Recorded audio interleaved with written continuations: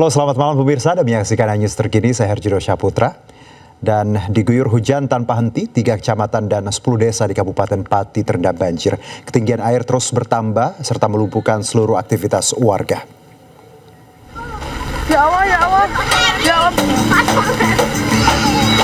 3 kecamatan dan 10 desa di Kabupaten Pati terendam banjir hingga ketinggian 70 cm. 3 kecamatan yang terendam banjir meliputi Kecamatan Jakenan, Jaken, dan Batangan. Banjir paling parah menerjang Desa Ketitangwetan, Kecamatan Batangan dengan ketinggian air mencapai 70 cm. Banjir diketahui sudah merendam ratusan rumah warga selama 3 hari. Air yang terus bertambah membuat aktivitas warga lumpuh total.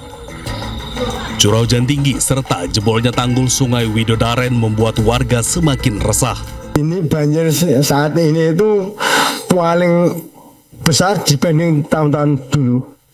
Ini rumah saya saja sudah sampai 70 cm, setengah meter lebih lah.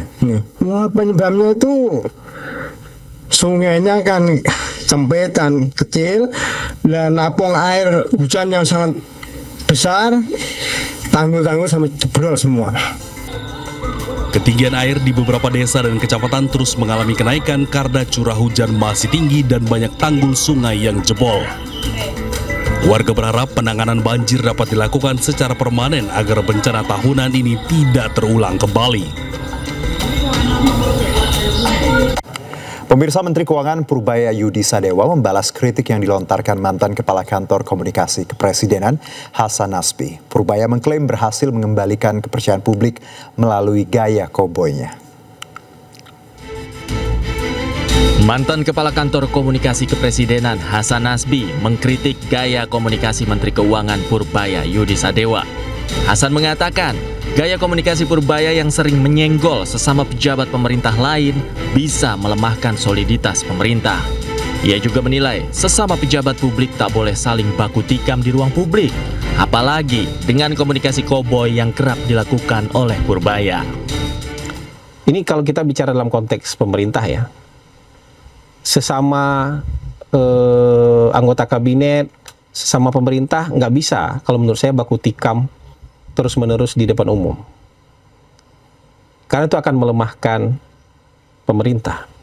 Kita kalau mau baku tikam di ruang tertutup, mau saling koreksi, mau saling marah-marah, mau saling debat, mau tunjuk-tunjukkan di ruang tertutup. Tapi kalau di ruang terbuka, kita nanti akan mengentertain orang yang tidak suka dengan pemerintah. Kemudian mengatakan, wah ini bagus nih, mengentertain orang yang tidak suka dengan pemerintah. Mungkin kita nggak dapat cercaan, makian dari pendukung pemerintah karena mereka menahan diri. Jadi kesannya kita mendapatkan dukungan dari semua orang. Tapi lama-lama kalau ini diteruskan itu bisa membuat pemerintah kelihatan lemah. Kritik Hasan Nasbi langsung dibayar tunai oleh Purbaya. Menteri Koboi ini menunjukkan data indeks kepercayaan konsumen pada pemerintah yang saat ini mulai membaik. Purbaya mengklaim gaya ceplas-ceplosnya berhasil membalikan sentimen masyarakat ke pemerintah dengan positif. Ini sama ini ada korelasinya. Ketika ekonomi buruk, mereka nggak suka pemerintah. Makanya banyak yang besar-besaran. Tapi ketika mulai balik, mereka juga senang ke pemerintah. Jadi sepertinya saya koboi.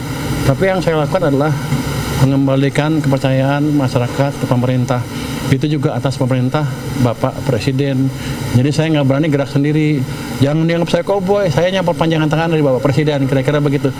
Dengan versi yang lebih halus malah.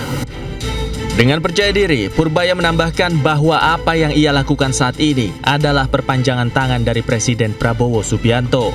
Hasilnya, apa yang dilakukan oleh Purbaya berhasil mendapat sentimen positif dari masyarakat. Tim Liputan iNews melaporkan.